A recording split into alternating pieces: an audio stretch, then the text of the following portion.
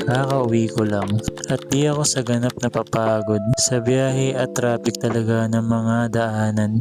Di ko ba alam bakit hirap na hirap sila solusyonan yung problema ng kalsada na kung sa ibang bansa nagagawa, bakit dito hindi kaya?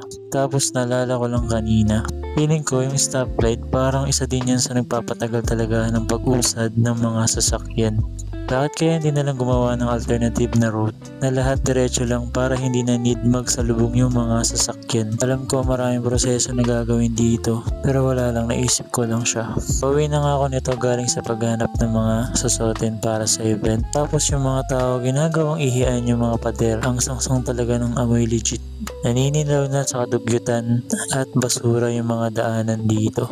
So dahil nga kailangan ko din talaga kasi umuwi dahil may pasok kami kinabukasan sa NSTP. Di na sana ako uwi kasi hassle talaga yung biyahe.